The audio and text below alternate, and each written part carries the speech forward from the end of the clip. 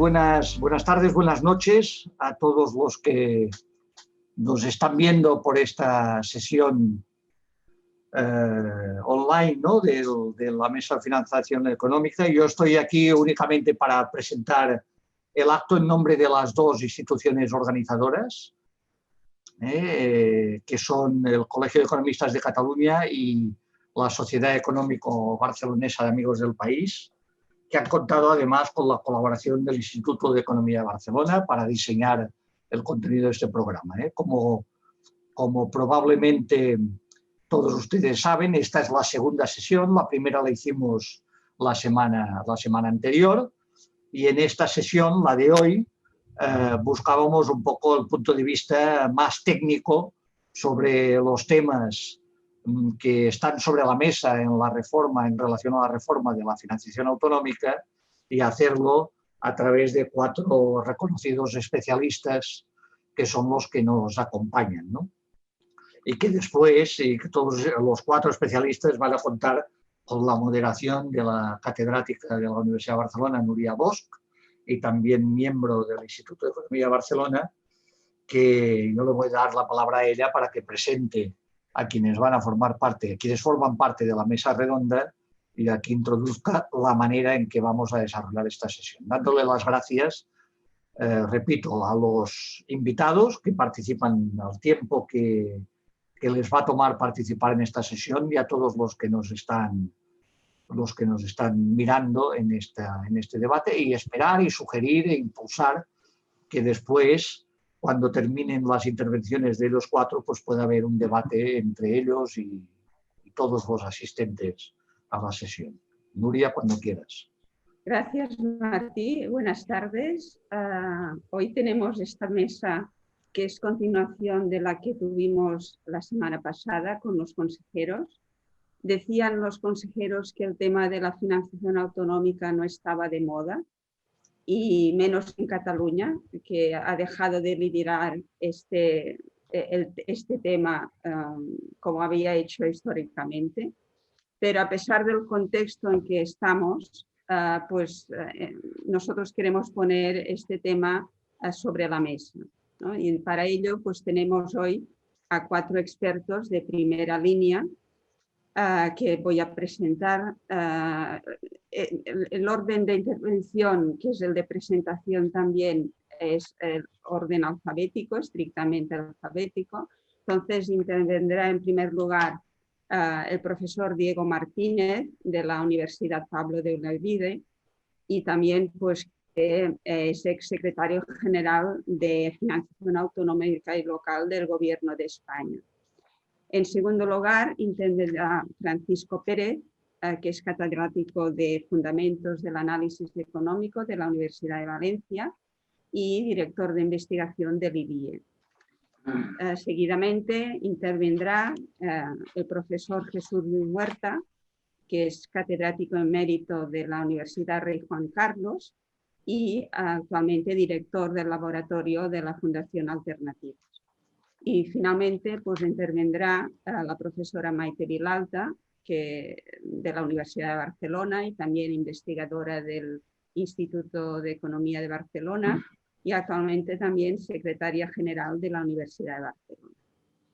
Yo les pediría a los ponentes pues brevedad, unos 10, máximo 12 minutos, que se expresen libremente sobre el tema, pero a mí me gustaría que de una forma pues más o menos amplia hicieran referencia a 3 ejes que creo que son los fundamentales del modelo de financiación.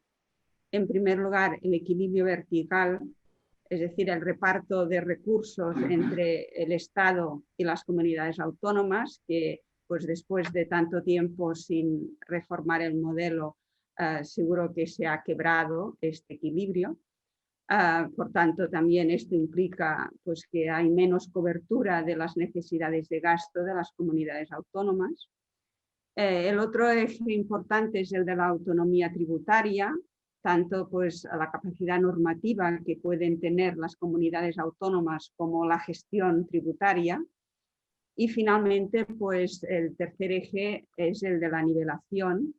Y aquí pues también podríamos hablar del grado de nivelación y del mecanismo, ¿no? El cálculo de las necesidades de gasto, de la capacidad fiscal, la actualización, etc. Bien, pues no voy a robarles más tiempo, así tendremos pues también más tiempo para el debate posterior y pues cuando quieran podemos empezar y le pasaría la palabra al profesor Diego Martínez. Muy bien, muchas gracias, Nuria, muchas gracias, Martí, por la presentación también.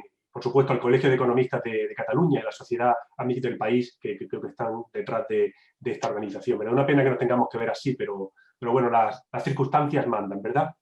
Efectivamente, estábamos comentando antes de empezar la sesión, voy a ceñir exclusivamente a los 10 minutos, estoy controlando el reloj en estos momentos, que se me había olvidado hacerlo. Estábamos comentando justo al principio que es una especie de, la discusión sobre la financiación autonómica es una especie de eterno retorno a lo idéntico, utilizando un poco la derivada filosófica, pero también es cierto que en los últimos meses están ocurriendo una serie de circunstancias, desde el punto de vista social, desde el punto de vista económico, financiero, que creo que pueden modificar ligeramente, parcialmente al menos, el esquema, la aproximación tradicional que realizamos. Recogiendo el guante que nos lanzaba Nuria, sobre la equidad, sobre el desequilibrio vertical, equidad vertical entre distintos niveles de gobierno, está claro, así lo defendían los expertos en su informe del 2017, que es un tema con un contenido político importante. Se trata de repartir competencias, se trata de ver qué niveles de gobierno asumen esas competencias, y aunque pueda haber en efecto asuntos, aproximaciones técnicas a este tema de la equidad vertical, de la distribución de recursos y de competencias entre niveles de gobierno, aunque efectivamente esa aproximación técnica existe, yo también creo que sería bueno reconocer que se trata de una aproximación, la técnica en este caso, subsidiaria, porque el contenido político que está detrás de esa asignación de competencias y, por supuesto, la financiación que se le otorga a cada nivel de gobierno para desarrollar esas competencias, es un tema lo sustancialmente político como para que todo el entramado de equilibrio y desequilibrio vertical pues tenga ese componente, como digo, político, ideológico incluso, porque estamos hablando de financiación de gastos ligados al estado de bienestar y qué tipo de estado de bienestar queremos. Y si queremos darle una garantía similar a las competencias transferidas a las comunidades autónomas, educación y sanidad, similar a la que pueden tener competencias como las prestaciones económicas, el sistema de pensiones, de jubilación, etcétera, lo que estamos hablando en esencia, efectivamente, de política, aunque, por supuesto, el carácter técnico mantiene esa segunda derivada con carácter subsidiario, pero también hay que tenerlo en cuenta. Ahora bien, dicho esto, yo que como consecuencia de la pandemia se han abierto al menos dos vectores sobre los que conviene reflexionar al respecto de los equilibrios, desequilibrios verticales. Creo que el primero es una intuición que se ha confirmado acerca de la insuficiencia financiera con que se ha dotado a los servicios sanitarios en este país. Esto se ha manifestado en sueldos, en salarios, en listas de espera. No teníamos una de las mejores sanidades del mundo, teníamos una de las sanidades más baratas, es decir, dado un determinado output, dado un determinado resultado, una de las sanidades más eficientes del mundo, pero no una de las mejores sanidades. Y no me refiero solamente a que no haya tenido la agilidad, que no la ha tenido en ningún país, no ha existido en ningún país, la agilidad para responder a los recovecos de la pandemia, eso no ha existido, pero yo creo que ahora cuando se pone de manifiesto que los porcentajes de gasto público en sanidad en nuestro país estaban por debajo de la media, de los países de nuestro entorno, y eso yo creo que ha quedado puesto de manifiesto con bastante nitidez en esta pandemia. Y un segundo aspecto que también tiene que ver con lo que hemos vivido en estos últimos meses, quizás funcione en sentido contrario, es decir, si con la insuficiencia de recursos y la insuficiencia financiera de la sanidad se pone de manifiesto que quizás ese desequilibrio vertical ahora se manifiesta con la crudeza con la que lo están haciendo las cifras de contagiados, las cifras de pacientes hospitalizados que no pueden ser atendidos con las condiciones sanitarias que serían deseables. Sí existe, por otra parte, otra fuerza, que yo llamaría centrípeta para entendernos aquí de manera coloquial, que me lleva a poner también recursos en el otro lado de la balanza, en el centro. Me estoy refiriendo a ese carácter estabilizador, de estabilización económica que tiene que llevar a cabo la política fiscal de un país. Es decir, no solamente a efectos de atender episodios de emergencia sanitaria y tan trágicos como los que estamos viviendo, sino que se está también demostrando que el contar con un Estado que tenga acceso a fondos europeos, que pueda financiarse con cierta facilidad en los mercados mayoristas de capital, que tenga acceso a los programas de colaterales del Banco Central Europeo, que tenga una capacidad de reacción relativamente rápida y contundente a efectos de una política fiscal de estabilización, también diría yo que añade pues, fuerza, que añade pesas en esa otra balanza que me lleva a reconsiderar cómo es el equilibrio, el desequilibrio vertical con el que nos encontramos en España entre distintos niveles de gobierno. Por un lado, insuficiencias en el estado de bienestar. Por otro lado, fuerzas centrípetas que me llevarían a que una política fiscal estabilizadora de planes sectoriales, de ERTES, de avales a las empresas, creo que solo puede ser llevada con suficiente eficiencia, perdón, con suficiente eficacia, lo de la eficiencia ya tendríamos que discutirlo, por un Estado, por un gobierno central. Eso es una idea que quería lanzar en esta discusión. Un segundo tema que nos lanzaba Nuria es el que tiene que ver con la nivelación. La nivelación también tiene un contenido político muy evidente, está claro, pero sin embargo yo aquí quiero dedicar 2 minutos a argumentar técnicamente a favor de la nivelación completa. Es decir, tradicionalmente la aproximación al tema ha sido muy parecida, se ha seguido un paralelismo a el dilema entre eficiencia y redistribución que se sigue con los individuos, que se sigue con los impuestos, que se sigue con los gastos sociales. Pero yo creo que aquí en financiación autonómica no estamos hablando de redistribución. A mi juicio estamos hablando de nivelación. La nivelación y la redistribución son distintas. La nivelación consiste en proponer, en facilitar los recursos financieros necesarios para que se provean determinados servicios sin tener en cuenta la capacidad fiscal de los territorios. La redistribución es otra cosa. La redistribución es ese Robin Hood moderno que le puede quitar al que más tiene para darle al que menos. Fijaos hasta qué punto pienso que la redistribución y la nivelación son distintas y por tanto superaría ese dilema entre redistribución y eficiencia, que una nivelación completa puede ser regresiva. Es decir, si yo defino unos costes de provisión, si yo defino que los recursos financieros para garantizar la nivelación completa deben seguir indicadores como el nivel de precios o costes de congestión de infraestructuras o de servicios que tradicionalmente, históricamente se han encontrado más elevados, se han evidenciado de manera más intensa en aquellas comunidades, en aquellas regiones más ricas, me puedo encontrar con que una nivelación completa me lleva a una redistribución, perdón, me lleva a una nivelación regresiva. Por tanto, nivelación y redistribución, a mi juicio, son dimensiones distintas. Ergo, si el dilema entre eficiencia y redistribución no se aplica en este caso, yo puedo defender, argumentar desde el punto de vista técnico que una nivelación completa es eficiente. No va en detrimento de la eficiencia, de los incentivos a recaudar más o menos. Ojo, con esto acabo. Eso no es condición suficiente para tener cubierto todo el espectro de eficiencia, de incentivos que se me pueden derivar de una nivelación completa.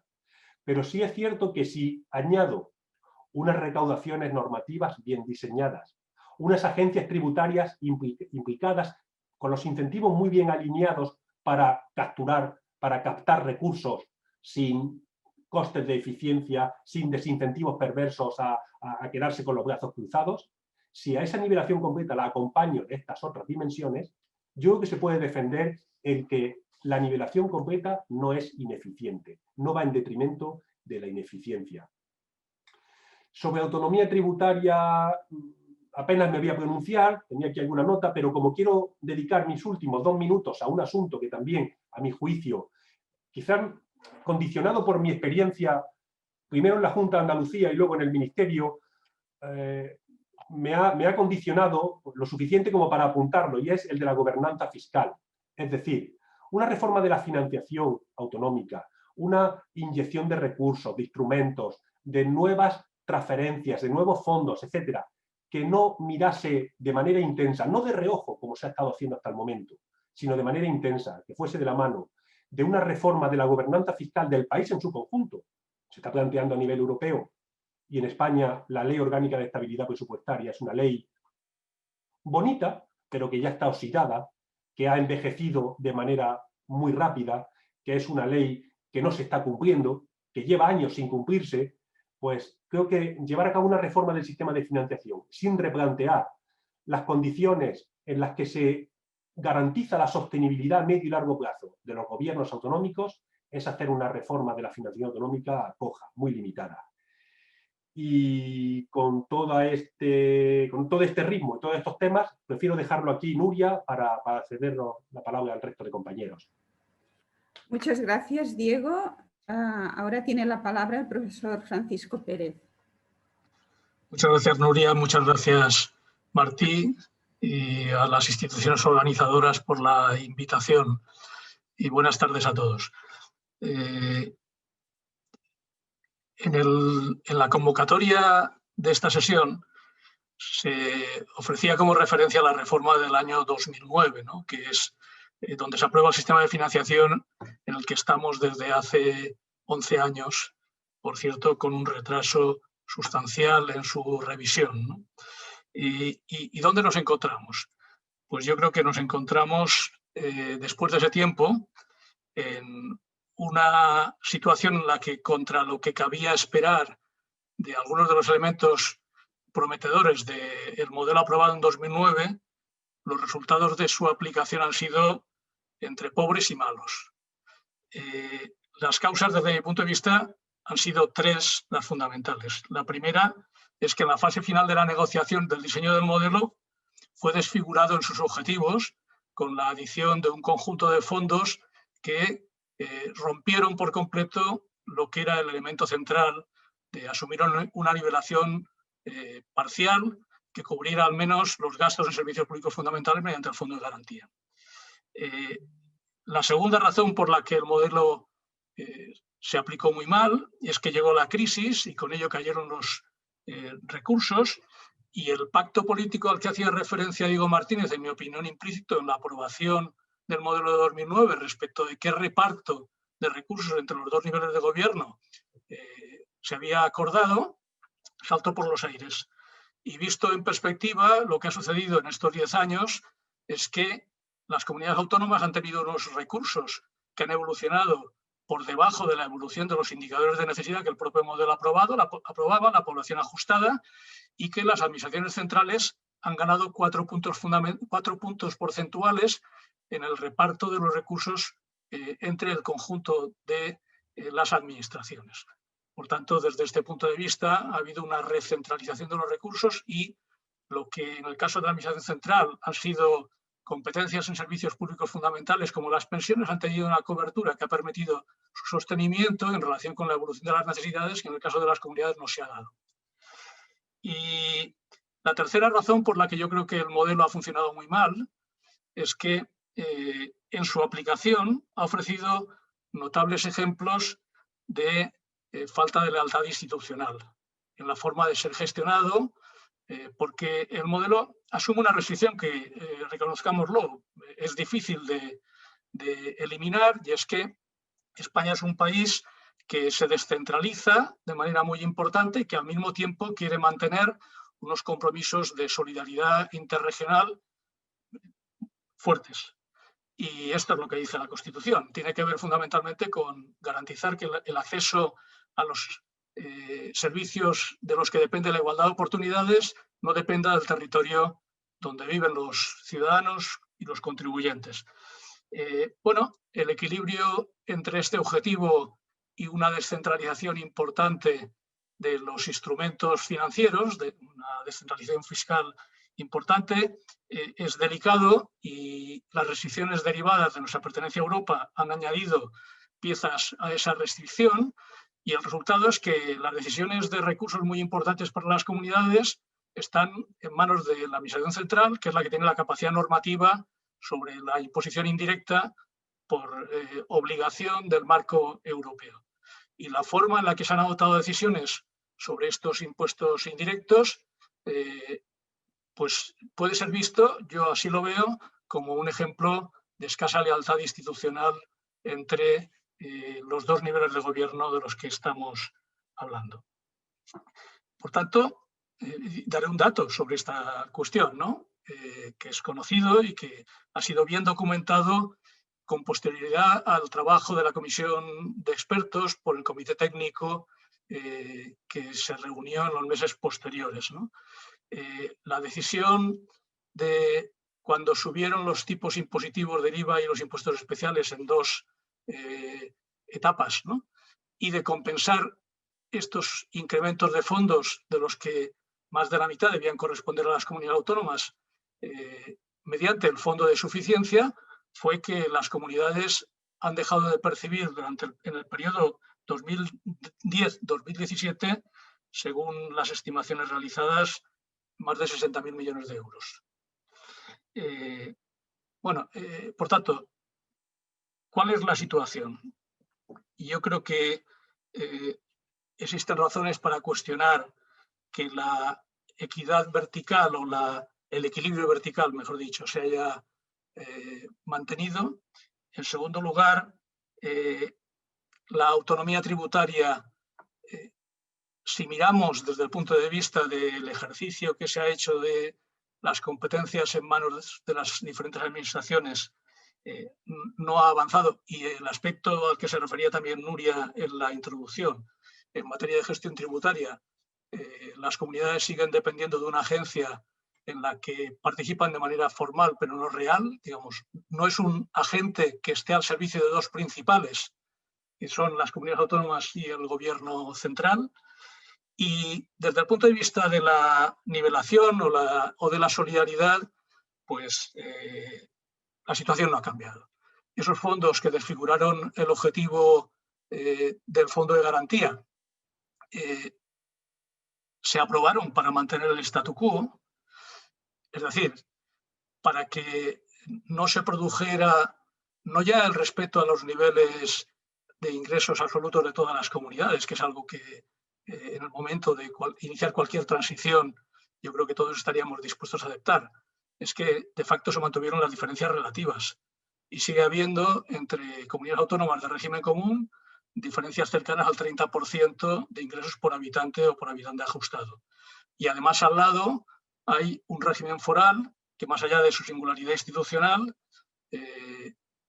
implica que esos compromisos de solidaridad para que el acceso a los servicios públicos fundamentales sea similar entre todas las comunidades asociados al fondo de garantía quedan fuera del cálculo del cupo.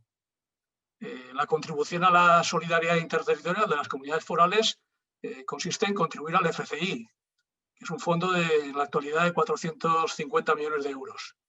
No, la solidaridad para garantizar el acceso a los servicios públicos fundamentales es la que cuenta, para que la igualdad de oportunidades en la educación, la sanidad, los servicios sociales pueda ser una realidad. Y por si fuera poco, el statu quo conduce no solamente a ese abanico de recursos tan desigual, sino a que no hay ninguna lógica, no hay ningún patrón inteligible más que el peso de la historia. Nosotros venimos de un Estado descentralizado que no tenía un mismo despliegue en todos los territorios y ahí seguimos, ahí seguimos, después de 40 años de descentralización. Y como consecuencia de que seguimos ahí, se dan esas situaciones tan absurdas que comunidades que participan de la solidaridad como consecuencia de su mayor capacidad fiscal acaben teniendo menos recursos por habitantes que algunas, no todas, de las receptoras de los fondos por los que opera esta solidaridad. Por tanto, eso que llamamos la quiebra del criterio, yo creo que no es un principio, pero sí un criterio, ¿no?, de ordinalidad, pues se da y no tiene ningún sentido, ¿no? Entonces hay muchas cosas que arreglar. Yo estoy básicamente de acuerdo con lo que en el año 17, ya han pasado 3 largos, escribimos en el informe de la comisión de expertos, y que era un informe, yo creo que realista, que no a todos gustaba, pero que mostraba un lugar de encuentro sobre muchas cosas en las cuales se podían intentar avances para mejorar el equilibrio vertical, la autonomía y también los objetivos de nivelación, ¿no? Eso es incompatible con que se siga manteniendo el statu quo. Una cosa es aceptar periodos transitorios para que la asimilación de ese cambio de posiciones relativas sea factible, y otra cosa es decir, como todavía algunos dicen, afortunadamente pocos, pero algunos lo siguen diciendo, que en realidad la diferencia de recursos que observamos es la verdadera medida de las necesidades, ¿no? Pues yo creo que esto no hay análisis empírico que lo resista, ¿no? Y cada vez que lo hemos intentado, los datos nos dicen otra cosa, ¿no? Es cierto que en el ámbito de la autonomía es complicado avanzar, sobre todo si se quiere hacer compatible con los compromisos de solidaridad, de nivelación, que en mi opinión están en el objetivo de la Constitución de hacer compatible una importante descentralización y el reconocimiento de las singularidades y las distintas preferencias como mejor forma de adaptarse a las voluntades de cada uno de los ciudadanos de cada uno de los territorios, con unos compromisos fuertes por la igualdad de oportunidades. Yo no quiero que el avance de la autonomía sea planteado de manera que, como mínimo, el compromiso de solidaridad para que el acceso a los servicios públicos fundamentales se pueda hacer igual en todos los territorios no se produzca. Pero además, y con esto acabo, Diego hablaba de algunos elementos ligados a los meses más recientes, ¿no? Bueno, en los meses más recientes yo he visto también otra cosa, y es que los servicios públicos fundamentales en unas comunidades, para situarse al mismo nivel de gasto por habitante ajustado, en promedio implican dedicar a eso el 78% de los recursos. Pero en las comunidades con más bajo nivel de financiación, por ejemplo en la Comunidad Valenciana, ese porcentaje sube al 87%. ¿Esto qué quiere decir? Pues que cuando ahora se plantea en esta situación que hay que hacer políticas de relanzamiento, las condiciones en las cuales las comunidades las enfrentan son muy distintas. Las forales, que gastan más en servicios públicos fundamentales, además tienen un 30% para hacer políticas de fomento del desarrollo económico y ahora de recuperación. Bueno, todo esto son consecuencias del mal funcionamiento del modelo del 2009 y a su lado del régimen foral. Y lo dejo aquí para respetar el tiempo. Muchas gracias. Tiene la palabra ahora el profesor Jesús Ruiz Huerta y gracias al profesor Francisco Pérez. Bien, buenas tardes. Muchas gracias. Gracias también por la invitación a la Societat Econòmica Barcelonesa de Amics del País y al Colegio de Economistas. Estoy encantado de participar en esta mesa redonda y voy a intentar también centrarme en las cuestiones que planteaba Nuria, pero no me resisto también a ponerle un puntito de distancia a lo que acaba de comentar el profesor Francisco Pérez sobre el modelo. Yo creo que es muy difícil establecer una demarcación clara entre lo que son aproximaciones técnicas y políticas, ¿no? ¿Dónde se toman las decisiones políticas y hasta dónde llegan las propuestas técnicas o las decisiones técnicas? Ahí nos encontramos con una dificultad. El caso es que, como ha ocurrido ahora con la perspectiva puesta en la revisión del sistema, los técnicos se reunieron y llegaron a una serie de puntos de consenso, no total, como decía también Paco, ¿no? O sea, pero sí un ámbito bastante amplio de consenso sobre los temas a abordar, sobre el diagnóstico de la situación y los temas a abordar. Pues algo similar ocurrió también en 2009. Hubo una serie de reuniones también de carácter técnico intentando buscar por dónde podríamos conseguir una mejora del sistema. Desde el punto de vista del diseño del sistema, bueno, yo creo que eso tiene una cierta continuidad. Dadas las restricciones en las que nos movemos normalmente, hay que pensar, por ejemplo, cuando hablamos de statu quo, pues me acuerdo siempre o pienso siempre en la negociación política para pasar a un nuevo modelo, en donde las comunidades, en algunos casos, eso se ha planteado así siempre, ¿no? En algunos casos se les plantea que tienen que volver a su comunidad autónoma con menos dinero del que tenían anteriormente, ¿no? Bueno, desde luego eso es necesario plantearlo, pero cómo se plantea, cómo se busca una alternativa sensata para sacar adelante un proceso de negociación tan conflictivo y tan difícil. Bueno, quiero decir con esto que el modelo de 2009, a mi juicio, sigue una cierta línea de avance de descentralización en un marco en donde esto era impensable hace 40 años, sin ninguna duda, ¿no? Quiero decir que las reformas que se han ido produciendo desde el primer planteamiento del modelo han implicado cambios muy sustanciales. Primero, cuestiones de autonomía, de participación de las comunidades en los tributos, de corresponsabilidad, hablábamos en su momento, y posteriormente de otra serie de temas, de binivelación, por ejemplo, o también de reordenación. Y en ese sentido se planteaban algunas de las propuestas. A veces cuando se dice que el modelo de 2009 pues es casi un Frankenstein porque tiene muchos fondos, no resolverán.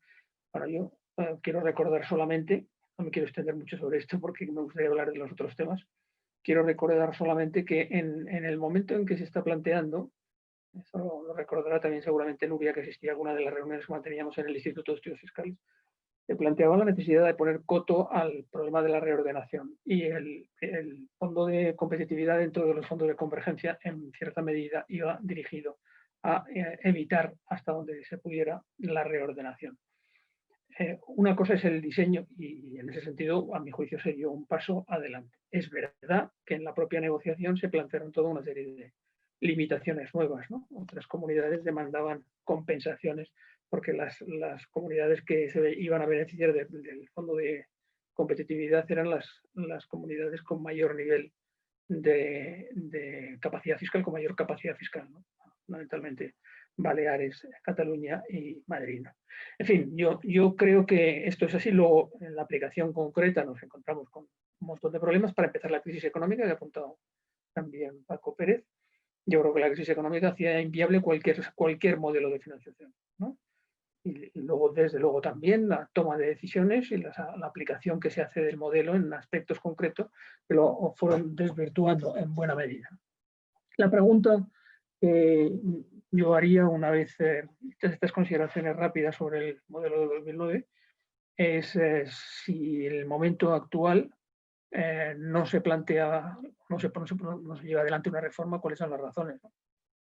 Y a mí, tomando un poco el testigo de lo que señalaba el otro día el señor Roca, a propósito del escándalo que es llevar más de 6 años esperando una reforma, ¿no? Yo creo que hay un elemento de carácter político que lo hace muy difícil.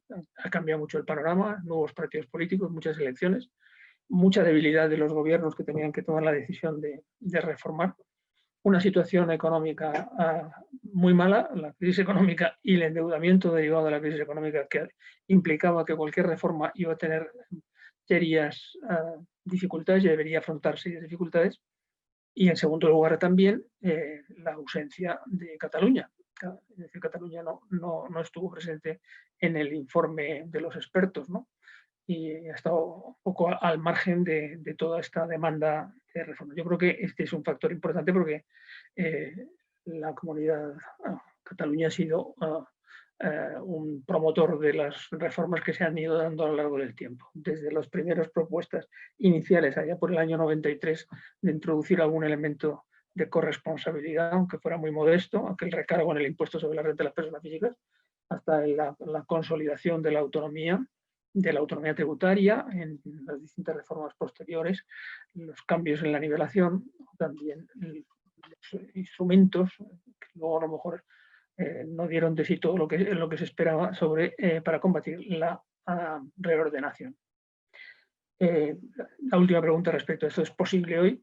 Bueno, yo quiero sumarme al cierto optimismo de los que se han reunido en el Senado el 22 de septiembre pasado diciendo que es necesario, que es absolutamente fundamental proceder a la reforma del modelo de financiación, entre otras cosas también, porque ante la crisis actual es imprescindible que las comunidades autónomas tengan recursos, tengan medios para afrontar las consecuencias económicas que se están derivando de la situación de la pandemia. Yo creo que eso es así. Bueno, en relación con los desequilibrios verticales, y voy muy rápidamente, Bueno, aquí se plantea el problema de la medición, ¿no? Es decir, siempre es complicado medir esto, ¿no? ¿Cómo medimos los gastos y los ingresos? Las diferencias que existen en términos de gastos y ingresos por cada nivel de gobierno. ¿Qué pasa en el tiempo? Es verdad que se hacen ejercicios y esfuerzos y hay todo tipo de resultados. Hay que medir cuáles son los gastos y los ingresos y además cuáles son los gastos deseables y los ingresos deseables, que sería un complemento, ¿no? Cuando intentamos hablar de estas cosas. Bueno, esta es una cuestión bastante difícil. En algunos países pues, se utiliza pues, alguna comisión específica, como ocurre en Australia, la muchas veces mencionada la Grand Commission, que se dedica a estudiar necesidades de gasto por parte de un colectivo independiente de especialistas que pueden profundizar en estos temas y así lo hacen. No es fácil. Yo creo que ha comentado algo Diego sobre los problemas para medir adecuadamente los gastos también respecto a la Administración Central. No voy a hacer una defensa aquí de la Administración Central, no me corresponde, pero es verdad que en la mayoría de los países el desequilibrio siempre se produce a favor de la Administración Central. Es decir, la Administración Central ingresa más que lo que gasta, pero también porque tiene que hacer frente a toda una serie de cuestiones en buena medida relacionadas con la estabilidad que decía Diego anteriormente, pero también, por ejemplo, pues otros factores como el compromiso, el pago de las contribuciones a la Unión Europea, en el caso español, gastos extraordinarios que se producen como consecuencia de alguna crisis, como ha pasado en la crisis de 2008, etc. Se puede explicar las propias transferencias, hay que hacer un descuento también de las transferencias cuando queremos hacer una comparación de lo que ha pasado con los gastos e ingresos de los distintos niveles de gobierno. Bueno, hay múltiples ejercicios. Ángel de la Fuente hace poco publicaba en FEDEA un trabajo sobre medición del desequilibrio vertical y decía, confirmado, decía que en el periodo 2003-2018, partiendo de las cuentas públicas de la IGAE, pues que no era fácil determinar el desequilibrio. Respecto a la nivelación, también telegráficamente, Diego hablaba de la nivelación total. Se ha debatido y entre los especialistas hemos podido leer distintos trabajos sobre las ventajas e inconvenientes de la nivelación total respecto a la nivelación parcial.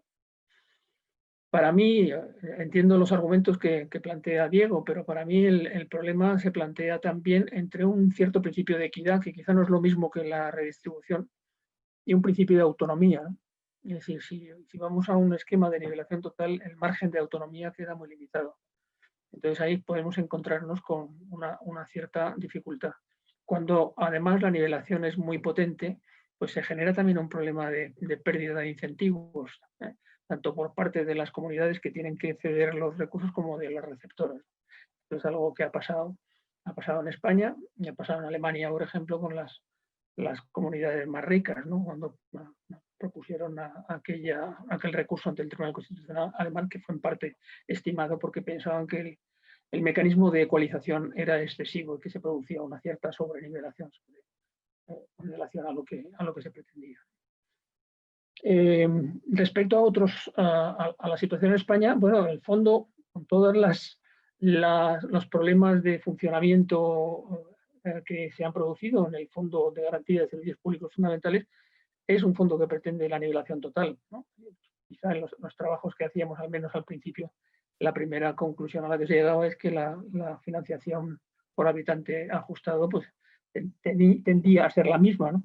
De manera que ahí sí tiene sentido y no parece que había un consenso amplio al respecto. No está tan claro respecto a los otros fondos. Los fondos de carácter vertical han sido muy cuestionados, y además con cierto motivo, ¿no? Las propuestas que se han hecho por la Comisión de Expertos yo creo que son sensatas, en el sentido de pensar hacia el futuro en un fondo único con capacidad para corregir distorsiones. Distorsiones distintas que pueden ser las mismas reordenaciones o sobrenivelaciones o desnivelaciones, es decir, que algunas comunidades después de la aplicación del sistema queden peor todavía cuando ya estaban mal en el momento de partida. De manera que quizá esa es una medida posible, habría que estudiar cómo se diseña ese fondo, pero parece que es una salida también razonable. Respecto a los impuestos y autonomía, aunque ya estoy en los 10 minutos y no quiero extenderme mucho más, bueno, aquí, aunque tenemos también la experiencia de los cambios que se han producido en los modelos anteriores, actualmente, desde el punto de vista de cesión de capacidad normativa, los tributos cedidos tradicionales y el impuesto sobre la renta en la tarifa que corresponde a las comunidades autónomas permiten un margen de actuación en los elementos del impuesto a través de normas autonómicas. Queda pendiente, desde luego, está sin llevarse a cabo un proceso serio de reforma de la administración tributaria, que yo creo que es un elemento fundamental. Quizá respecto a otras figuras no es el momento de detenerse, pero es verdad que en la imposición indirecta tenemos poco margen de maniobra. Y tampoco valen las vías que se han propuesto en ocasiones de ir a las perspectivas de consumo minorista, ¿no? La experiencia del impuesto sobre la venta minorista de determinados hidrocarburos es todo un ejemplo de las limitaciones que tenemos en el contexto europeo para intentar introducir algún elemento que aumente la corresponsabilidad en la imposición indirecta. La solución que proponía la comisión de expertos parece que es la única posible, pero también muy compleja, ¿no? Toma de decisiones en el IVA y en los impuestos especiales para conseguir aumentar los tipos o pensar en una tarifa especial para que las comunidades autónomas se pronuncien de manera colegiada. El problema es también establecer criterios para la toma de decisiones, que no es nada fácil. Quizás se podría pensar también en el caso de los impuestos patrimoniales, a lo mejor se hablaba el otro día en el seminario anterior, se hablaba sobre la oportunidad o no de un proceso de armonización. Bueno, parece que hay argumentos suficientes en el campo de la imposición patrimonial. Incluso a lo mejor se podría pensar en extender el mecanismo del impuesto sobre la renta al ámbito de los impuestos patrimoniales, ¿no? Teniendo en cuenta también que ambos tipos de impuestos deberían ser objeto de atención en una eventual futura reforma fiscal, pero se podría pensar también, ¿no?, que la tarifa o el mínimo de la tarifa de la Administración Central pudiera ser un suelo para que al menos se pueda garantizar que los impuestos, algunos de ellos sobre todo, no desaparecen como consecuencia de la competencia fiscal a la baja. Y desde luego, en relación con la administración tributaria, y se lo voy a dejar para este comentario una sobre el sistema foral. En administración tributaria, yo pienso que efectivamente no ha funcionado las previsiones de la reforma, los consejos establecidos en la Ley 22 del año 2009 no tienen demasiado valor desde el punto de vista de la gestión de los tributos y hay que ir a una reforma seria de la administración tributaria. A mí me parece que la idea del consorcio recogido en el estatuto y recogido también en la ley de régimen jurídico del sector público, de la ley 40 del año 2015, permite un juego bien interesante para avanzar en la gestión compartida de los impuestos. Me parece que las ventajas pueden ser muy superiores a los inconvenientes. Y respecto a los regímenes forales, solo decir que efectivamente sería necesario que las comunidades forales participaran verdaderamente en los procesos de solidaridad del sistema de financiación, pero como en el origen parece que el único instrumento de solidaridad existente era el Fondo de Compensación Interterritorial, resulta muy complicado convencer a las comunidades forales para que entren en la financiación del sistema de nivelación.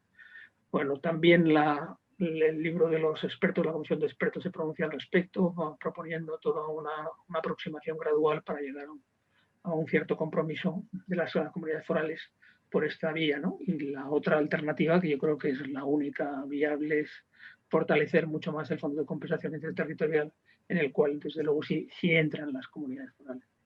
Nada más, lo dejo aquí. Gracias. Gracias, Jesús. Vamos a pasar la palabra a Maite Vilota, que ya será la última intervención. Cuando quieras, Maite.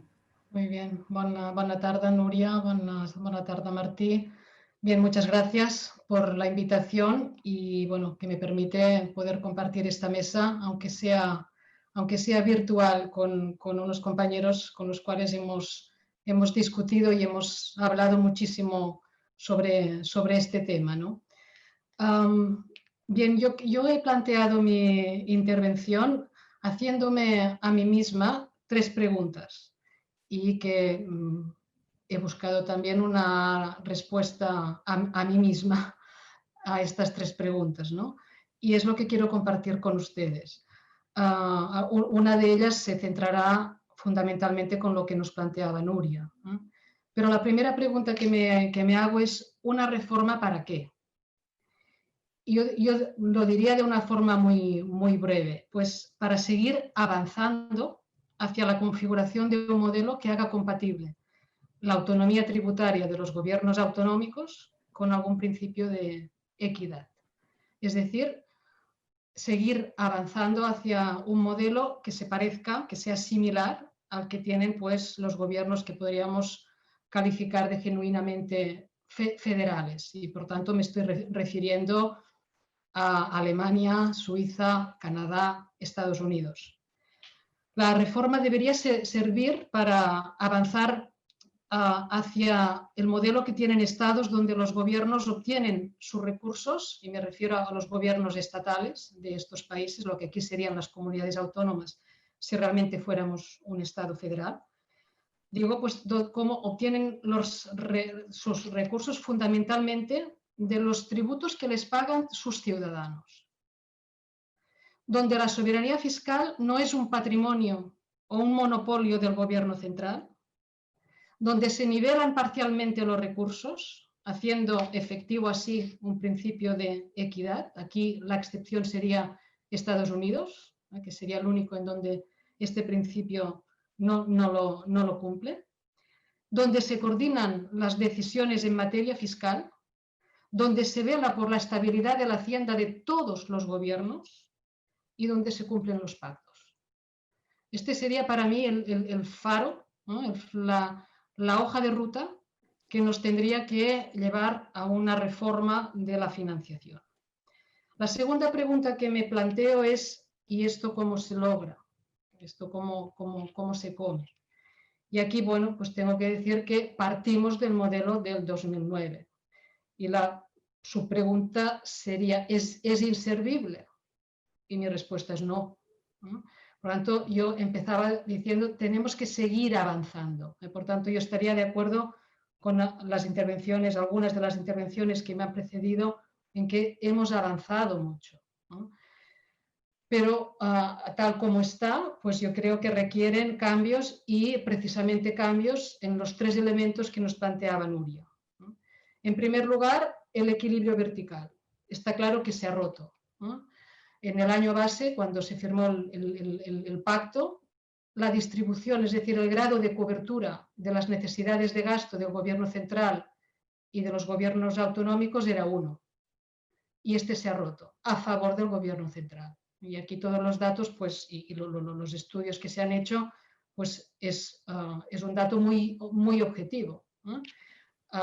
Depende de cómo utilicemos algunas de las variables para calcular este grado de cobertura, nos situaría a una necesidad de incrementar el pastel, es decir, de un aumento de los recursos adicionales alrededor de unos 16.000 millones de euros.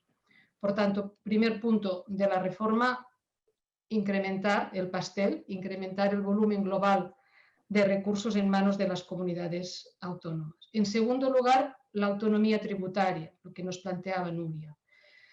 Hemos avanzado en este ámbito, claro que sí, porque el punto de partida era 0, ¿no? En el año 80 no existía ningún gobierno autonómico que tuviera pues, en sus manos ningún impuesto. Actualmente, el modelo del 2009 ha hecho que el 87% de los recursos del modelo procedan ya de figuras tributarias. Por tanto, hemos logrado invertir lo que al principio era, ¿eh? Al principio todos o casi todos los recursos procedían de una subvención y ahora procede de figuras tributarias. Pero ¿cuál es el problema? Que si tenemos en cuenta solo las figuras tributarias sobre las cuales los gobiernos pueden tomar decisiones, este porcentaje baja a un 48%. Cuando estoy diciendo que los gobiernos autonómicos tienen capacidad de tomar decisiones sobre los impuestos que proceden de sus ciudadanos en un 48%. Y si solo tenemos en cuenta aquellos tributos sobre los cuales tienen capacidad de gestión y administración, el porcentaje baja a un 13 o un 14%. Por tanto, aquí el margen es aún muy amplio. El margen, si la hoja de ruta es la que en primer lugar he puesto sobre la mesa y lo he dejado muy claro. Esta es mi hoja de ruta, o esta sería la hoja de ruta, que no es distinta de la que la teoría del federalismo fiscal también nos recomienda que se tenga en cuenta. ¿Cómo se puede lograr este incremento de la capacidad normativa? Aquí, bueno, algunas de las cosas que se han dicho estaría de acuerdo. Es cierto que hay poco margen en la imposición indirecta, pero la hay, un posible recargo sobre la fase minorista del IVA. Incrementar el porcentaje de IRPF, por ejemplo, permitir algunas deducciones en IRPF que ahora no se pueden hacer. Y ahora voy a decir algo que a lo mejor suena muy raro. ¿Por qué no pensar en introducir en la cesta tributaria el impuesto de sociedades? Todos estos países a los cuales he hecho mención está. Y sin ir más lejos, País Vasco y Navarra. Por tanto, yo creo que hemos abandonado la idea del impuesto de sociedades, que por cierto estaba en la propuesta del Estatut de Cataluña que aprobó el Parlamento en el año 2005, pero con la negociación con el Estado español esto salió del título sexto. Por tanto, ¿por qué no se puede recuperar esta idea? Otro punto de la reforma que nos planteaba Nuria, la equidad horizontal o la nivelación. Bueno, yo ya he avanzado que la hoja de ruta nos llevaría a profundizar en la nivelación parcial. Yo aquí quisiera decir que el modelo del 2009 hace un paso muy importante en este terreno, instrumentando el Fondo de Garantía de los Servicios Públicos Fundamentales. Este es un verdadero mecanismo de nivelación, mejorable sí, pero que sí que lo que logra es recortar las distancias iniciales existentes en capacidad tributaria de los gobiernos autonómicos. Es decir, si Madrid tiene un 40% más de capacidad tributaria que la media, cuando ha actuado este fondo, pues se queda a 107 o a 106. Y a Cataluña nos pasó igual, es decir, cada uno recorta. Y los que están por debajo, pues se aproximan a la media, pero sin llegar a la media. Por tanto, esto es un mecanismo mejorable y aquí no tenemos tiempo, pero sí, podríamos discutir incluso el grado de nivelación. Ahora el que se plantea es el de un 75%. Bueno, es este el punto de llegada. Si nos miramos los países a los que he hecho mención, pues el grado que se acaba consiguiendo de nivelación pues es inferior. Con datos de la OCDE, que realiza pues, comparación del antes y el después con índices de Gini, por ejemplo, y por tanto aún nuestro mecanismo de nivelación nivela más que el de estos países. Aquí, cuando hablamos de equidad horizontal, tenemos que hablar de los 3 fondos adicionales que lo que hacen es distorsionar precisamente la pauta distributiva del fondo de garantía. Por tanto, ante una reforma, pues simplemente yo los eliminaría. Y por tanto, el modelo estaría integrado por 2 grandes vías: una buena cesta tributaria y un buen mecanismo de nivelación. Y el tema de las forales, ¿no? Bueno, ¿qué es lo que hacemos aquí? Yo creo que Jesús lo apuntaba. A nivel técnico hay muchas soluciones. Respetar el modelo, pero lo que no es tan respetable son los resultados, es decir, que existan 2 comunidades autónomas que dispongan del doble de recursos o casi el doble de recursos por habitante para poder prestar las competencias que las otras tienen, pues es muy difícil de poder explicar. Son resultados erráticos y poco justificables. Este sería el diseño del modelo que yo creo que se debería tener en cuenta como hoja de ruta. Pero en este apartado del cómo, yo creo que esto hace referencia a la maquinaria, al diseño del modelo. Pero tan importante es el diseño como el cómo funciona. Y el cómo funciona me estoy refiriendo a la estabilidad del modelo. Debemos introducir mecanismos que aseguren la actualización y el seguimiento del modelo, es decir, que lo hagan viable tanto en el año 0 como en el año 1, 2, 3, 4, 5, 6. Por tanto, Esto es mejorable también, tal como lo tenemos. Otra cuestión que se debería tener en cuenta es la coordinación. Y aquí me refiero a aspectos muy del día a día del modelo. Si compartimos bases imponibles, si compartimos ingresos, es lógico que debe existir una coordinación técnica e institucional. Esto de los pagos a cuenta y el dinero es mío y ya lo pasaré cuando me vaya bien, pues esto por muy bien diseñado que esté el modelo, si no somos capaces de arreglar cómo nos relacionamos, cómo nos tratamos entre los distintos gobiernos, será muy difícil que esto pueda funcionar bien. Coordinación institucional, por tanto me refiero a, aquí hemos hablado también mucho de ello, a el Senado, el papel del Senado. El propio papel del Consejo de Política Fiscal y Financiera, ¿de verdad tiene que funcionar tal como está funcionando? O potenciar pues, órganos de relación puramente horizontal, ¿no?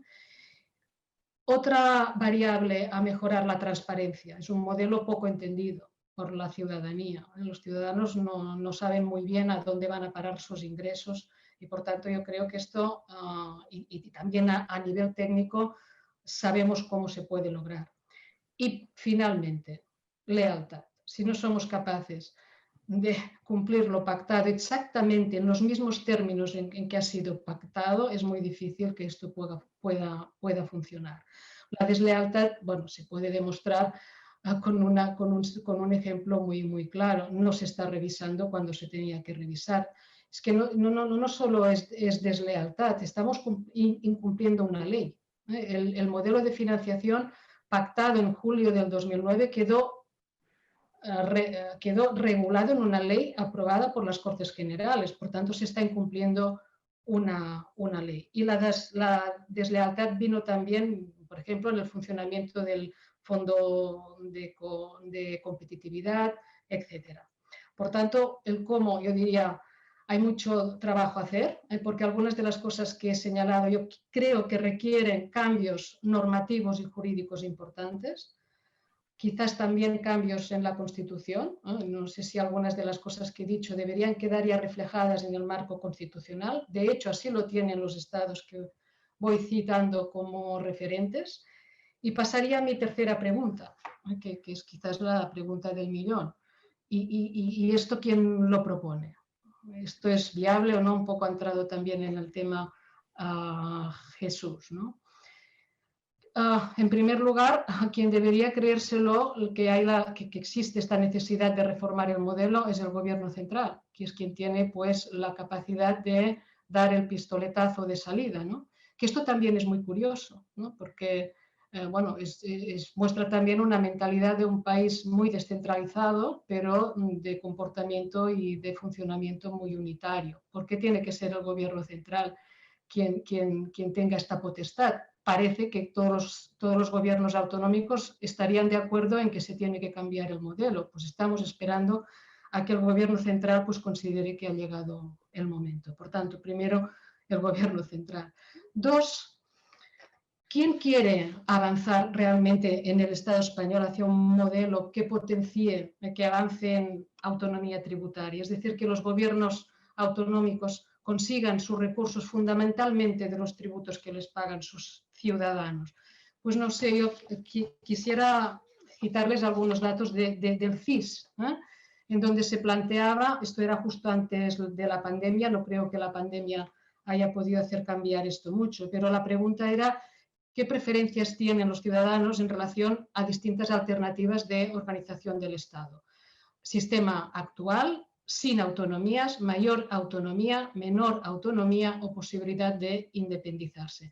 La pregunta tiene mucho que ver con el modelo de financiación, porque el modelo de financiación es una pieza clave de la construcción de un tipo de modelo u otro. Bien, en el conjunto del Estado español, si quitamos a los ciudadanos del País Vasco y de Cataluña, resulta que la opción preferida es el de mantener el status quo. El 44% ya les va bien, por tanto, si lo trasladamos al modelo, podríamos decir, bueno, es un modelo, porque el modelo explica mucho, ¿no?, de la organización del Estado.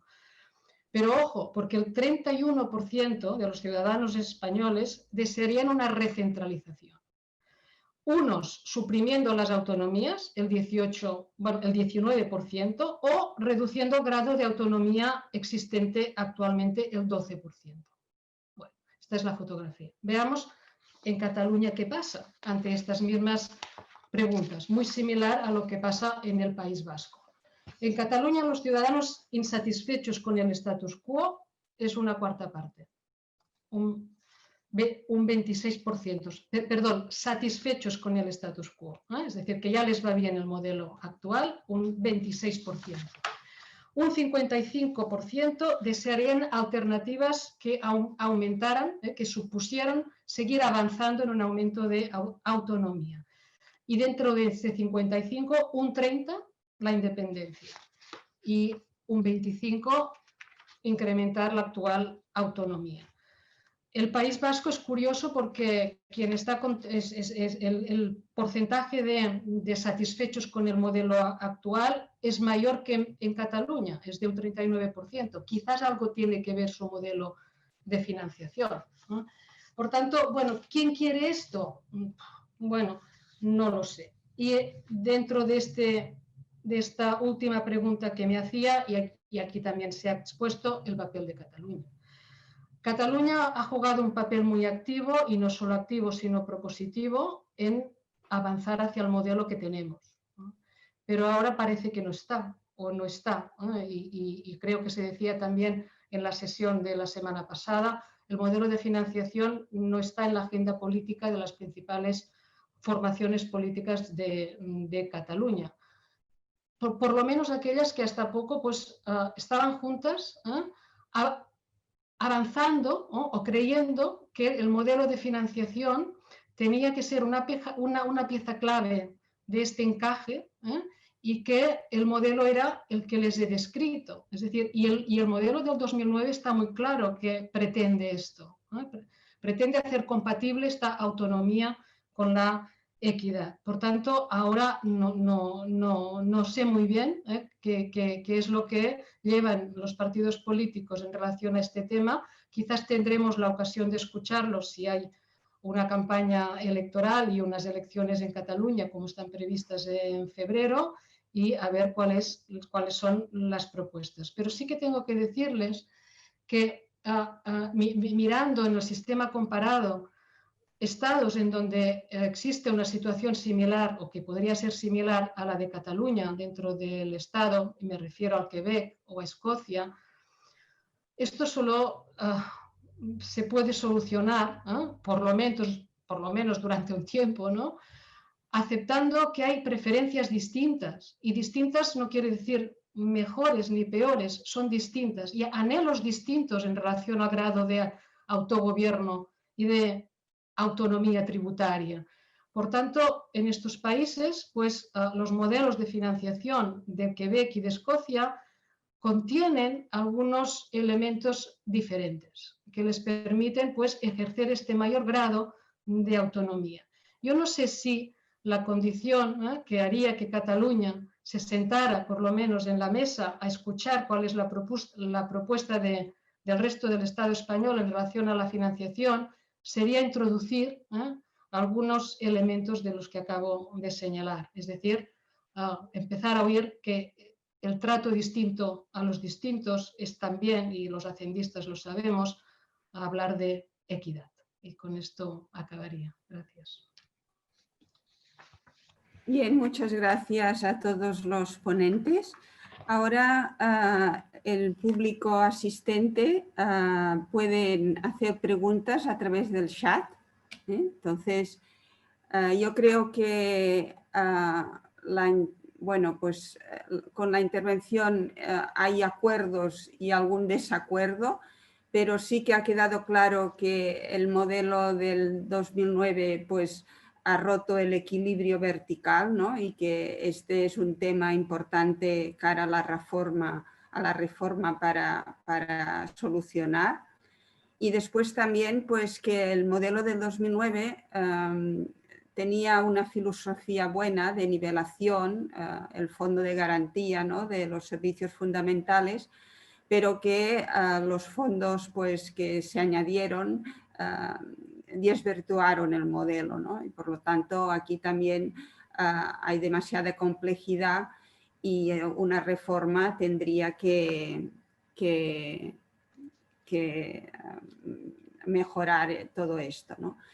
Bien, no sé si entre los ponentes hay alguna intervención que quieran entre ellos hacer alguna aclaración, pero si no hay ninguna pregunta de momento, veo que en el chat no hay preguntas. Yo lo que me gustaría es que el resto de ponentes pues, se manifestaran un poco con el último tema que ha introducido la profesora Maite, que es debido pues, a si creen que sería posible que en el modelo español hubiera ciertas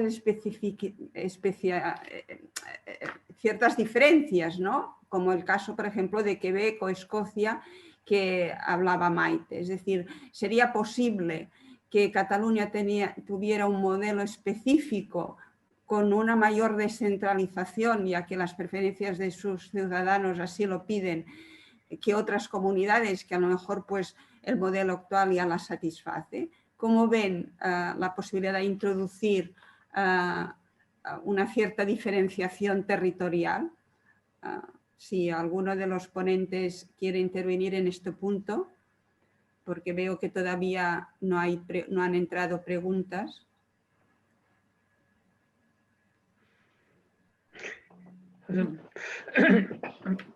A mí se me ocurre, ¿no? Esto es muy difícil, ¿no? Somos todos perfectamente conscientes de que por lo menos la experiencia pasada nos dice que hay una reacción inmediata porque se piensa que la especialidad equivale a privilegio o a ruptura de consensos, qué sé yo, ¿no? Entonces, yo creo que es muy difícil, pero sin embargo, a mí me parece que sí sería posible, ¿no? Al menos en la idea de hacer una serie de propuestas o de instrumentos que fueran objeto de prueba por las comunidades que tuvieran la voluntad de asumirlas y el especial interés. Así marcaríamos un poco, al menos, la diferencia durante algún periodo de tiempo, ¿no? Tal sería, por ejemplo, el caso del consorcio al que me refería anteriormente. Abrir la posibilidad de que alguna comunidad que tiene más clara la conveniencia de participar más directamente en la administración tributaria, que cubra, que sea un poco, se piense o se organice de manera que pueda hacer lo que la agencia tributaria no hace o lo que hace mal, como como una muestra también de mayor compromiso con el territorio, con el conocimiento de las bases imponibles y demás. Este podría ser una vía, ¿no? Igual que estas se podrían pensar en otras. Yo creo que desde luego, tal como está la situación, sería conveniente pensar en alternativas un poquitín abiertas, ¿no? En el sentido de ofrecer la posibilidad de que algunas comunidades puedan asumirlo sin generar tampoco una contestación por parte del resto. Bien, ¿alguna otra intervención al respecto? Profesor Diego Martínez o profesor Pérez. Sí, muy rápido, si me permite, porque veo que están entrando también preguntas en el chat. Sí. Y lo mismo. Entonces, creo que fue Guillén López el que en el informe de expertos buscó una especie de equilibrio entre mayor autonomía y también mayor responsabilidad fiscal. Es decir, si podemos ir a un modelo heterogéneo, asimétrico de reparto competencial, que ya lo hay, y de financiación autonómica asimétrica, tiene que llevar una contrapartida también en el sentido de, claro, si las cosas vienen mal dadas, el riesgo que se está asumiendo por ese modelo diferencial, por ese modelo quizás más volcado hacia la autonomía tributaria que hacia la equidad, en los términos que los planteaba Maite, pues bienvenido sea. Lo que no puede ser es un cierre en falso, es decir, más autonomía tributaria no puede significar mantener la misma red de seguridad que tienen comunidades o que podrían tener comunidades o territorios que optan por un enfoque más equitativo, pero es un equilibrio difícil. Bien, gracias, Diego. Hay una pregunta de Pilar Abril, que es periodista de TV3, que dice lo siguiente. Algunos ponentes han destacado la urgencia de una reforma ante la crisis generada por la pandemia. Me gustaría saber hasta qué punto creen que el actual modelo de financiación ha condicionado la respuesta de las diferentes comunidades a la COVID en función de su diferente disponibilidad de recursos. Y hasta qué punto es realista pensar que en este momento se puede abordar esta reforma aunque sea urgente. Gracias. Bueno, yo creo que aquí hay que distinguir dos cosas. Yo creo que la reacción del gobierno central frente a la situación creada por la pandemia ha consistido en intentar que el conjunto de las comunidades queden protegidas de las consecuencias que la crisis tiene, por un lado, sobre los ingresos y por otro lado, sobre los gastos, ¿no? Entonces, ha ofrecido a las comunidades financiación importante, margen de endeudamiento e incluso la posibilidad de ir más allá en el déficit si lo necesitaran. Por tanto, digamos que se podría decir que ha blindado financieramente a las comunidades respecto de las mayores urgencias, ¿no? Replicando lo que ha sucedido por otros mecanismos a nivel de los estados, ¿no? Esto es una cosa distinta de si las condiciones de partida de las comunidades no inciden en cómo se van a financiar esos mayores ingresos o cómo se van a asumir esos menores, cómo se van a financiar esos mayores gastos o se van a asumir esos menores ingresos. En este sentido, las medidas adoptadas no contemplan el hecho de que hay diferencias de financiación muy importantes y lo hemos observado en las medidas puntuales que se tomaron muy pronto durante el confinamiento, en el que la potencia de disparo de las comunidades mejor financiadas, pongamos, por ejemplo, algunos de los programas de las comunidades forales, no eran comparables con los que podían adoptar otras comunidades. Dicho de otra manera, algunas comunidades, para aproximarse a las medidas que pueden adoptar, a lo que hacen otras, tendrán que hacerlo con más déficit. Respecto al abordaje de la reforma, efectivamente es muy difícil en este momento porque parece que la reforma o el modelo de financiación no está en la agenda. Parece que hay otras prioridades. Pero, sin embargo, yo creo que sí es importante. Yo mencionaba uno de los acuerdos de la reunión esta que se mantuvo en el Senado el otro día sobre la necesidad de poner remedio a algunos de los males mayores, ¿no? Y como señalaba en un artículo reciente Diego, las actualizaciones de las entregas a cuenta, que se han hecho 2 este año, y los resultados de liquidación que no está mal han supuesto para las comunidades una cantidad no despreciable de dinero.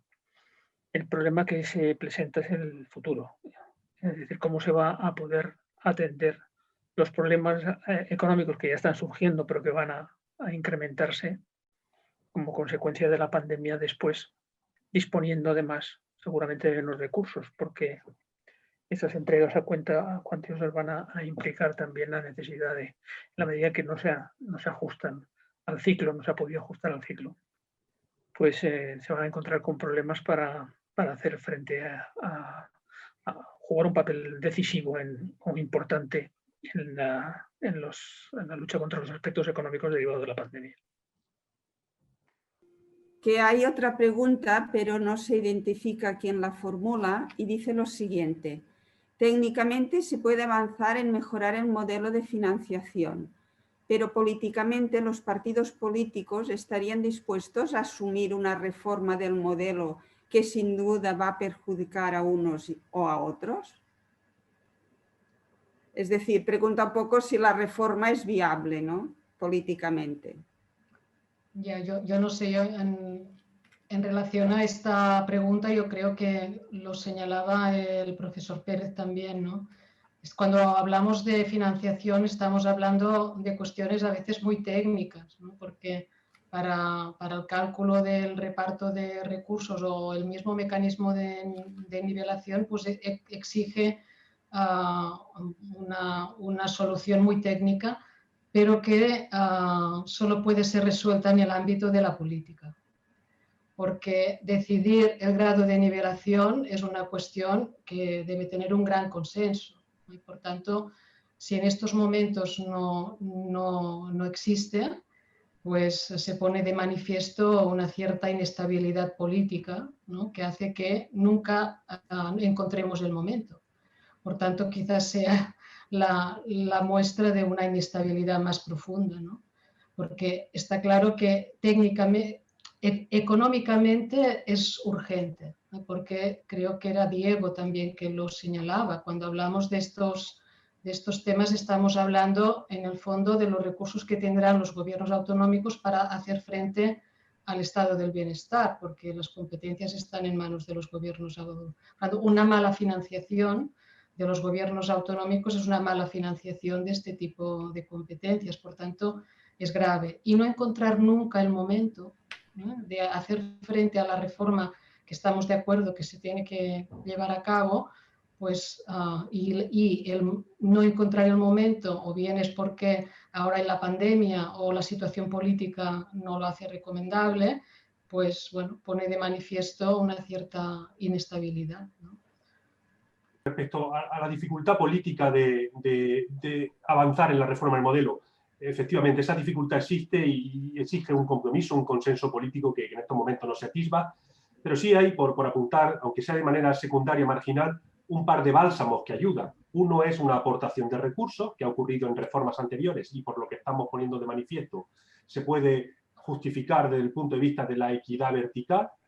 Y otra, una segunda posibilidad es no exclusiva, no impide la anterior, es dosificarlo en el tiempo. Si hay que alterar el status quo, como apuntaba Paco Pérez hace unos minutos, y ese status quo se puede dosificar en el tiempo, se puede lanzar hacia el futuro, pues estos dos bálsamos, una aportación generosa de recursos y el dosificar en el tiempo la reforma, pues puede ayudar. Muy bien. No, al menos que en el chat no veo más preguntas. No sé si alguno de los ponentes quiere hacer alguna otra intervención, alguna puntualización respecto a la intervención de los otros ponentes. ¿Hay alguna cuestión? Quería hacer un comentario sobre esta última pregunta también, ¿no? Porque se dice al final, asumir una reforma del modelo que sin duda va a perjudicar a unos o a otros. Yo creo que es importante precisar qué se entiende por perjudicar, ¿no? Va en línea de lo que ahora recordaba Diego, ¿no? Yo creo que en los planteamientos de reforma que se hacen cuando se aborda la cuestión del statu quo, se asume que su revisión debe hacerse en la práctica de manera que ninguna comunidad autónoma, nunca ha sucedido, ¿no?, pierda recursos los que tenía antes de realizar la reforma. Otra cuestión es que se mantengan las posiciones relativas, porque si perjudicar quiere decir cambiar las posiciones relativas, entonces es que no hay nada que se pueda arreglar. Entonces, todo tiene que quedar como estaba al principio, ¿no? Y claro, en ese caso, cuando se habla de perjudicar, también hay que hablar de los perjudicados, que ya están en estos momentos en una posición muy alejada de los demás, ¿no? Es decir, yo creo que las modificaciones de las posiciones relativas, tras haber hecho el esfuerzo por definir algún indicador o indicadores de necesidad, es la vía por la que, con el margen de tiempo que sea necesario para la asimilación que se pueda tener y facilitado por los recursos adicionales que, por cierto, en última instancia tendrán que poner los contribuyentes, ¿no? Pues es la vía para abordar el problema. Pero además no hacerlo, o mejor dicho, continuar en el retraso del abordaje de los problemas, yo creo que debemos ser conscientes de que tiene consecuencias muy importantes también de carácter institucional, ¿no? Porque está contribuyendo a que la valoración que se hace del estado de las autonomías, la confianza que despierta respecto de sus resultados, se vaya deteriorando, ¿no? Porque los problemas sin resolver son una amenaza también para la estabilidad de las instituciones. Muy bien. ¿Alguna otra intervención? Yo, solamente en la misma línea de lo que decía el profesor Pérez, ¿no? Yo creo que es muy importante también la difusión y la explicación. Y en ese sentido la transparencia y la claridad son argumentos muy importantes para que la gente entienda de qué estamos hablando. Porque vivimos muchas veces a golpe de grandes consignas para decir esto es bueno, esto es malo y punto, ¿no? Y yo creo que es muy importante explicar con un poquito de detalle, ¿no?, qué es lo que nos estamos jugando, de qué estamos hablando, de dónde vienen los problemas, cuáles son las alternativas que se plantean y que unas son mejor que otras, ¿no? Yo pensaba estos días a propósito del nuevo proyecto de ley de educación, sobre la conveniencia de que en la educación se introdujeran este tipo de temas, tanto desde el punto de vista fiscal o de un punto de vista también de las propias comunidades autónomas, ¿no? Es decir, ¿qué significa esto de la financiación autonómica? ¿Por qué se producen los resultados a los que se llega y cuáles son los problemas? Es muy complicado, yo lo entiendo, pero también muy necesario, ¿no? Porque luego es verdad que haces preguntas, se hacen encuestas y la gente no sabe, ni siquiera con mucha frecuencia, a quién está pagando los impuestos, ¿no? Si los impuestos se reparten o no se reparten, quiénes son los responsables del gasto, quiénes son los que tienen las competencias, etc. O sea que queda ahí mucha tarea por hacer, me parece. Si uno quiere ver de forma dramática la situación, también puede hacerlo, ¿no? Esto, como ahora decía Jesús Ruiz Huerta, tiene que ver con el estado de bienestar, ¿no? Y las diferencias, en realidad en España no hay un estado de bienestar, hay varios, ¿eh? Hay diferencias tan importantes que a veces la distancia de los recursos disponibles para atender servicios públicos fundamentales como la educación, la sanidad o los servicios sociales, las diferencias entre comunidades son mayores que las que existen entre la media de España y buena parte de los países europeos de nuestro entorno. Son mayores. Por tanto, es una ficción pensar que tenemos, cuando hablamos de un estado de bienestar, pues depende de dónde, es una cosa o es otra, ¿no?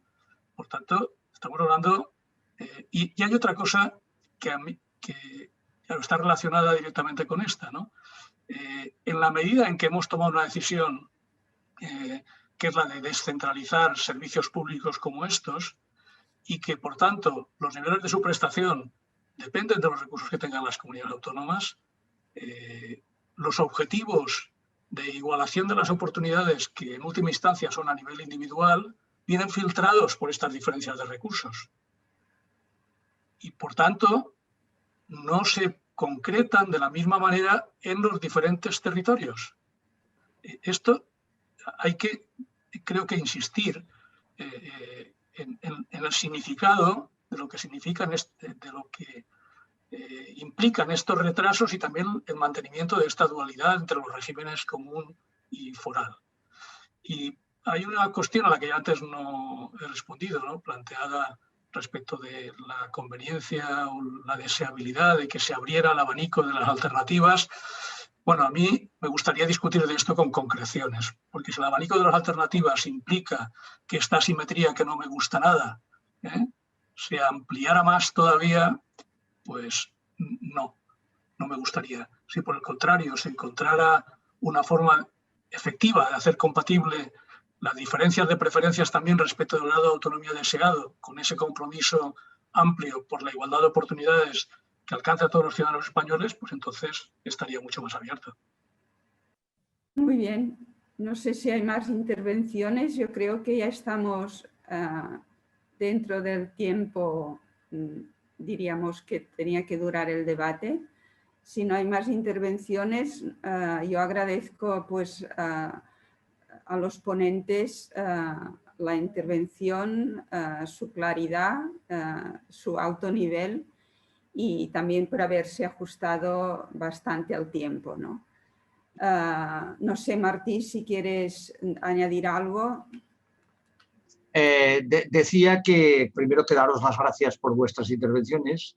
Yo, después de la intervención vuestra y la del otro día, es decir, hombre, todo parece indicar que este año 2020 está actuando a efectos de financiación autonómica como un placebo, si me permitís. Es decir, el gobierno central ha anticipado la liquidación, los ingresos a las comunidades autónomas por la liquidación del 2018, no ha mantenido, no ha variado las previsiones de los ingresos a cuenta teniendo en cuenta el cambio de ciclo y además ha puesto sobre la mesa pues estos 16.000 millones, ¿no? Es decir que, digamos, la caída de ingresos propios que se ha producido no se ha traducido en general en una menor tesorería por parte de las comunidades autónomas. El otro día el representante Albert Castellanos, que es el secretario general de Economía del Departamento de Economía y que venía en representación de la Generalitat, decía que el problema que hay ahora es más la capacidad de gestión de los ingresos.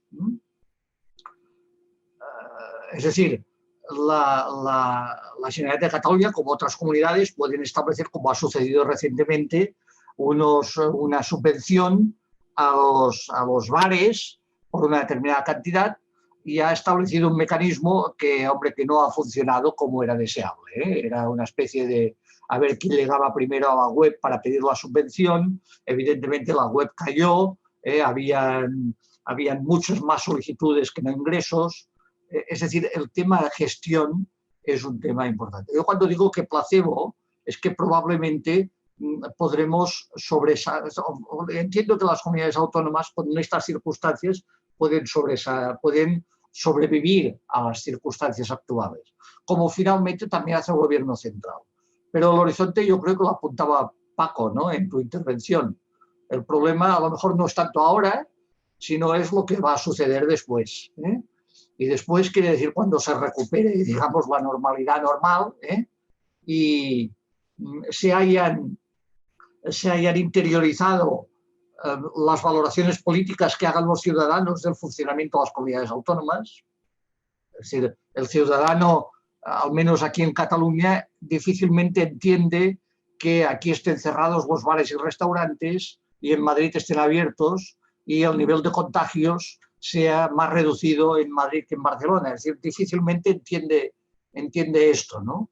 Y yo creo que a otro nivel, pero lo habéis apuntado en el EBIE, hombre, la competencia fiscal y el papel de Madrid también juega un papel relevante que se puso bastante de manifiesto en la sesión del otro día. Y mi impresión es que, hombre, ahora sin duda no es el momento del debate, perdonad que me extienda, no es el debate de la financiación autonómica, pero tan pronto, digamos, se resuelva sanitariamente, si es que lo conseguimos, la situación actual y se recupere la necesidad de recuperar los equilibrios presupuestarios, ahí la necesidad va a ser mayor.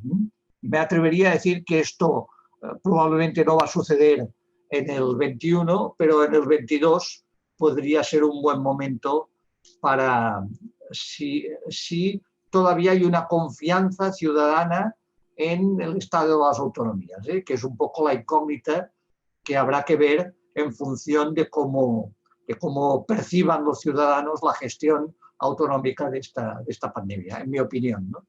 Por tanto, fiarnos de que a lo mejor no quiero hacer previsiones, pero el 22 a lo mejor podría ser un buen año para afrontar este tema. A partir de aquí, no sé si queréis decir alguna cosa más y si no, perdonad que me haya extendido y haya hecho esta elucubración, pero ahí estamos. ¿Algún comentario? ¿No? ¿Lo dejamos aquí, Nuria? El micrófono, Nuria. Nuria, el micrófono. Sí, lo dejamos así si queréis. Y muchas gracias otra vez a todos. Y nada, a ver si podemos hacer otro debate, pero presencial pronto. Muy bien, Muy bien, muchas gracias a todos. Adiós. Adiós, hasta luego. Gracias. Un placer. Adiós. Gracias.